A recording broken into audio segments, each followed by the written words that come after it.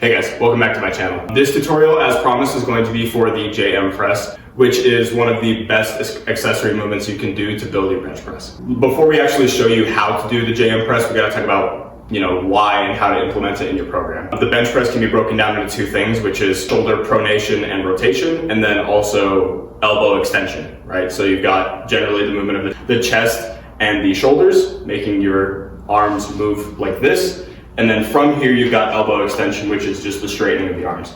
Now the JM press might be the best exercise to actually train that second half, the elbow extension part of the movement. I will say this, that you should start very light with this movement, especially if you're not using a Smith machine. I would recommend if you have access to a Smith machine, you should use it. The free weighted version oftentimes causes people a lot of elbow issues and isn't useful for training the triceps as much as it does train the elbow tendons. With all that said, best way to implement it into your program would to be either on a bench press day or on some accessory upper body day. You would want to do this in the middle or at the end of your workout, simply because you already want the elbows to be warm from doing other kinds of presses like bench press and shoulder press. And I would keep this in the rep range of about, on the very low end, about 6, and on the very high end, about 15. So the first thing with the JM press that's going to be different from a bench press is going to be, you do want your grip to be a lot closer than normal. So you can almost think about this movement as a hybrid between the close grip bench press and the skull crusher. So what you're gonna do is wherever your normal bench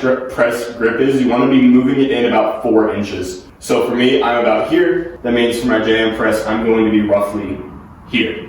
The other thing you're gonna wanna do is, instead of wrapping your thumbs around, like you should be doing in a bench press, you wanna go, most people would call suicide grip. Fortunately, the way this movement works is that going thumbless will actually help prevent the bar from rolling out of your hand. And then from there, go ahead and unrack it just like a bench press. And what you're gonna go for is almost just bending at the elbows and trying to get the biceps to touch the forearms, okay? Your elbows can go in a pretty natural direction, and it's normal to do a little bit of a wrist curl motion as you go down.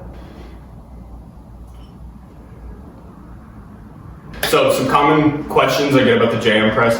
Some people get worried about the angle of their elbows. Now, what I would just say is that whatever comes naturally to you is probably what you should end up doing, just because whenever you're doing this movement, if you try to excessively tuck your elbows or flare your elbows, what's gonna happen is the movement's gonna go into either your shoulders or your pecs, and that's not the point of the movement. You're just trying to train the extension of the arm. You're not really trying to get any shoulder movement at all. Another question is, how do I do this with dumbbells? That's actually a separate exercise called a tape press. I would recommend going on YouTube and finding something with a tutorial to that, because it's not a movement that I'm super familiar with. That said, I have done both, and I much prefer the JM press. Thanks for watching, guys. Give me suggestions in the comments about what tutorials I should do next, whether it's anything for the upper or lower body, whether it's for aesthetics or for strength. I've got a pretty good exercise library, so just shout out some ideas and that'll be the next video. Thanks.